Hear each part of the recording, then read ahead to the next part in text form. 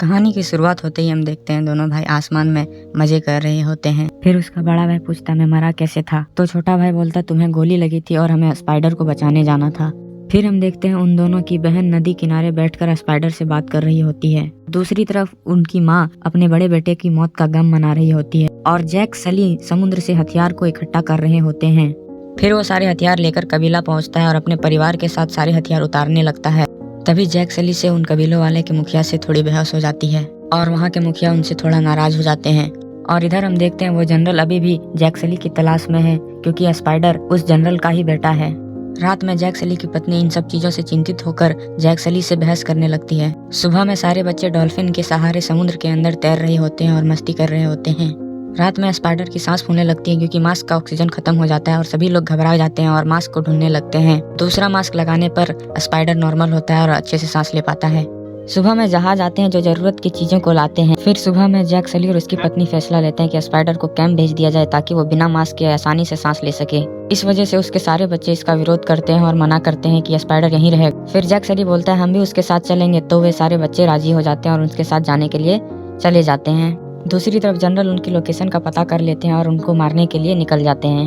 दूसरी तरफ हम देखते हैं कुछ जंगली लोग उन जहाजों पर हमला कर देते हैं, तो जैक सली और उसकी पत्नी उनसे लड़ते हैं और अपने छोटे बेटे को बोलते हैं कि अपनी बहनों का रक्षा करना, पर वो उनकी बात नहीं सुनता है और खुद लड़ने चला जाता है। इस लड़ाई में जैक सली उनसे अलग हो जाता है और उसकी पत्नी को तीर लग जाता है, जिससे वो जंगलों में नीचे गिर जाती है और बेहोश हो जाती है। उनके सारे बच्चे भी उनसे अलग हो जाते हैं और जंगलों में छिप जाते हैं। फिर उनके पीछे वो जंगली पीछे पड़ जाते हैं और वह जंगलों में भागने लगते हैं।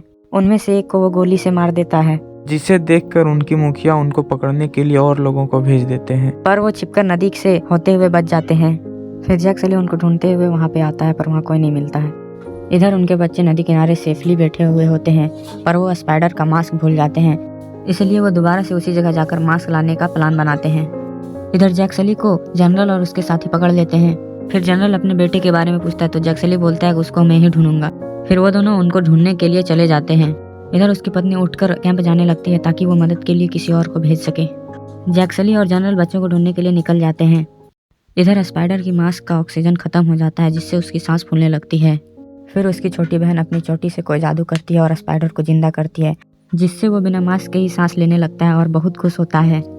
तभी वो जंगली वहाँ आ जाती है और उन सबको पकड़ लेती है और कहती है ये बंदूक चलाना मुझे सिखाओ वरना तुम सबको मैं मार दूंगी। ये सब चीजें जनरल और जैक सली छिपकर देख रहे होते हैं। फिर जैक सली और जनरल उन सबको वहाँ से छुड़ा लेते हैं, पर वो जंगली उन्हें फिर पकड़ लेते हैं और ले जाते हैं। दूसरी तरफ उनकी पत्नी कैंप पहुँच जाती है जहाँ उसका इलाज होता है। इधर उसकी बेटी फिर से कोई जादू करती है और वहाँ से बचकर सब निकल जाते हैं। उसकी पत्नी को जैसे ही होश आता है वो उन्हें बचाने के लिए जाने खोजती है। और इधर जैक सली और मेजर के बीच में कुछ बहस होती है।